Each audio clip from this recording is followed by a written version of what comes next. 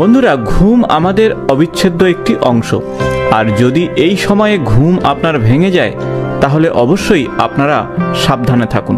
আজ এই ভিডিওতে ঘুম সম্পর্কে এমন বেশ কিছু তথ্য আপনাদের সঙ্গে শেয়ার করব যে তথ্যগুলি হয়তো আপনার জানা নেই। নমস্কার বন্ধুরা, আমি ডক্টর সুব্রত আচার্য আর আপনারা দেখছেন আপনাদেরই প্রিয় চ্যানেল। আজ এই ভিডিওতে আপনাদের সঙ্গে শেয়ার করব জ্যোতিষশাস্ত্রের একটি গুরুত্বপূর্ণ বিষয় নিয়ে।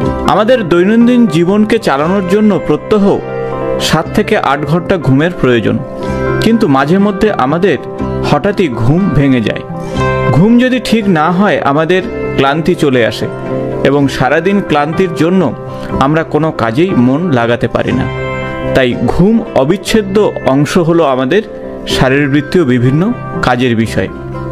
ঘুম যদি ঠিক না হয় তাহলে মানসিক ক্লান্তি এবং অনেক সময় দিনের বেলা ঘুম চলে আসে, মনোসংযোগ রাখার ক্ষেত্রে অসুবিধা হয় এবং সিদ্ধান্ত নিতে যেতে বেশ কিছু সমস্যা তৈরি হতে পারে।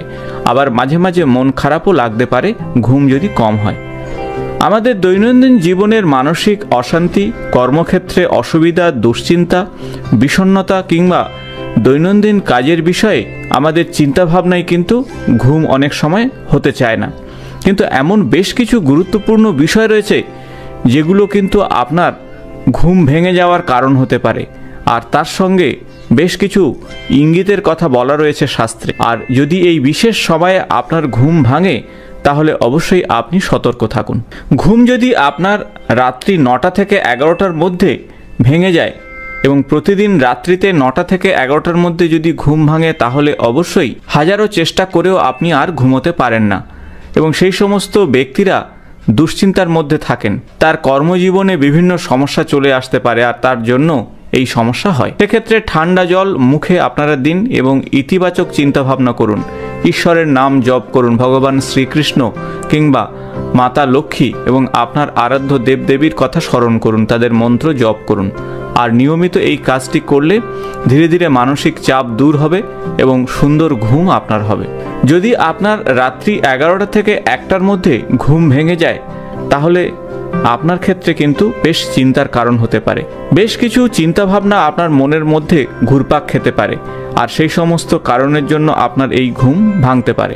তাছাড়া আপনার চারিদিকে কোনো নেগেটিভ চিন্তাভাবনা বা নেগেটিভ শক্তি আপনাকে সমস্যায় ফেলতে পারে। তাছাড়া পিত্তথলি সংক্রান্ত কোনো সমস্যা থাকলে সাধারণত রাত্রি 11টা থেকে 1টার মধ্যে সমস্যা তৈরি হতে পারে ঘুমের। লিভার সংক্রান্ত সমস্যা আপনাকে এই ধরনের বিশেষ ঘুম ভেঙে যাওয়ার পিছনে কারণ হতে পারে। তাই আপনারা অবশ্যই ডাক্তারবাবুর পরামর্শ নেবেন আপনার লিভার সংক্রান্ত বা পিত্ত সংক্রান্ত কোনো সমস্যা রয়েছে কিনা। যদি আপনার 12টা থেকে 2টোর মধ্যে ঘুম ভেঙে যায় তাহলে, আর এই সমস্যাটা যদি প্রতি রাতেই হতে থাকে তাহলে জানবেন আপনার চারিপাশে কোনো অজানা শক্তি রয়েছে, যে শক্তি আপনাকে কিছু একটা ইঙ্গিত দিচ্ছে। তাই আপনি আপনার জীবনের উদ্দেশ্য সম্পর্কে সচেতন থাকুন। আপনি হয়তো এমন কিছু কাজের মধ্যে যাচ্ছেন যে কাজ আপনার জীবনকে অত্যন্ত বিপদের মুখে ফেলে দিতে পারে। তাই কোনো কিছু করার আগে অবশ্যই অভিজ্ঞ মানুষের সঙ্গে পরামর্শ করুন বা সেই বিষয় সম্পর্কে আরও বেশি জানুন, তারপরেই সেই সিদ্ধান্ত নিন। না হলে কিন্তু ভয়ঙ্কর বিপদের মধ্যে পড়ে যেতে পারেন। যদি আপনার ঘুম রাত্রি 1টা থেকে 3টের মধ্যে ঘটতে থাকে এবং এটি যদি প্রতিনিয়ত হয় তাহলে আপনার মনোজগতের ক্ষেত্রে অত্যন্ত নেগেটিভ প্রভাব তৈরি হতে পারে এবং সেক্ষেত্রে আপনারা অবশ্যই গুরুত্বপূর্ণ কাজগুলি আবার ভাবুন এবং ভাবনা চিন্তা করে সিদ্ধান্ত নিন যে কাজগুলি অত্যন্ত খারাপ কিছু হতে চলেছে সমাজের ক্ষেত্রে, পরিবারের ক্ষেত্রে, এবং আপনি অবশ্যই সেই সমস্যা থেকে মুক্তি পেতে ঈশ্বরের নাম জপ করুন এবং অবশ্যই মুখে এবং গলাতে জল দিন এবং ইতিবাচক চিন্তাভাবনা করুন। তা না হলে এই সমস্যা কিন্তু আপনাকে বড় ধরনের বিভ্রাটের মধ্যে ফেলে দিতে পারে, এমনকি হৃদরোগ সংক্রান্ত সমস্যা কিন্তু ঘটিয়ে দিতে পারে। উচ্চ রক্তচাপ কিংবা আপনার ডায়াবেটিক সংক্রান্ত সমস্যা, সেই সাথে আপনার শারীরবৃত্তীয় বিভিন্ন অঙ্গ প্রত্যঙ্গের সমস্যা কিন্তু বাড়িয়ে তুলতে পারে।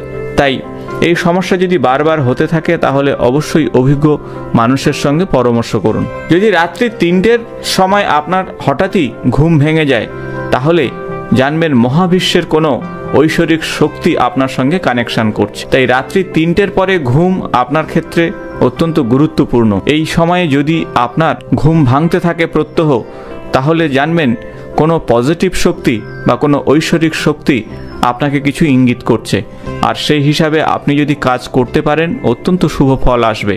তাই এই সময় আপনি অবশ্যই জেগে উঠুন এবং আপনার আরাধ্য দেবতার বা দেবীর পূজা অর্চনা করুন, জপ করুন।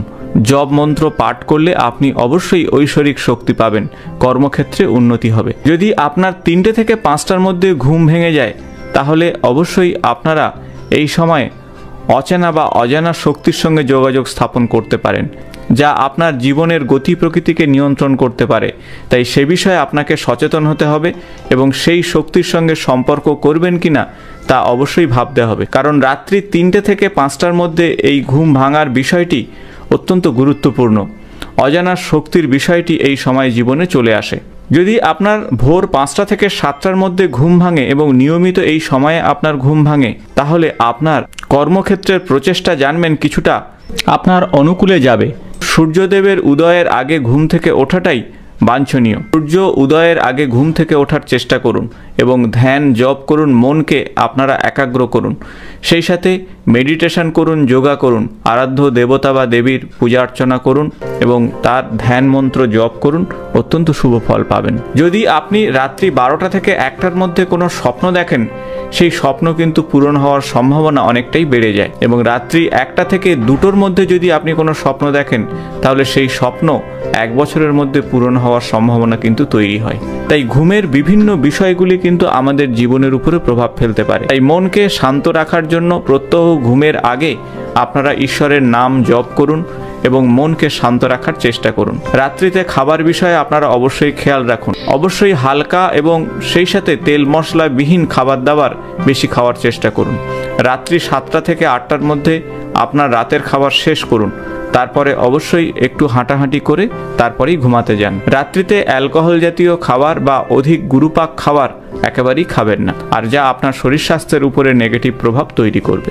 সেই সাথে আরও 2টি কথা আপনাদের বলবো যে সকালে ঘুম থেকে উঠেই প্রথমে আপনি ধরিত্রীকে প্রণাম নিবেদন করে সেখানে পা রাখুন, কারণ ধরিত্রীর উপরে পা রেখে আমরা আমাদের জীবনকে এগিয়ে নিয়ে যাই। তার আশীর্বাদ ছাড়া আপনারা এগোতে পারবেন না। এবং দ্বিতীয় যে কাজ হলো, সকালে উঠেই আপনার 2 করযুগলকে একই সঙ্গে দেখুন এবং তারপরে মা লক্ষ্মীর উদ্দেশ্যে প্রণাম নিবেদন করুন, তারপরে মা সরস্বতীর উদ্দেশ্যে এবং অবশ্যই গোবিন্দকে স্মরণ করুন। ভগবান শ্রীকৃষ্ণ হলো আমাদের করমূলেই অবস্থান করছে, অর্থাৎ করের অগ্রদেশে মা লক্ষ্মী, কর মধ্যে মা সরস্বতী এবং করমূলে গোবিন্দ। তাই আপনারা দিনের শুরুতেই মা লক্ষ্মী, সরস্বতী এবং ভগবান শ্রীকৃষ্ণকে স্মরণ করে যদি দিন শুরু করেন, তাহলে অবশ্যই আপনাদের জীবন সুখ এবং সমৃদ্ধিতে পূরণ হবে। ভিডিও ভালো লাগলে বন্ধুদের সঙ্গে শেয়ার করুন। নিয়মিত আমার চ্যানেলের আপডেট পেতে চ্যানেলটি সাবস্ক্রাইব করে পাশে থাকা বেল বটনটি প্রেস করুন। আজ এই পর্যন্ত, নমস্কার।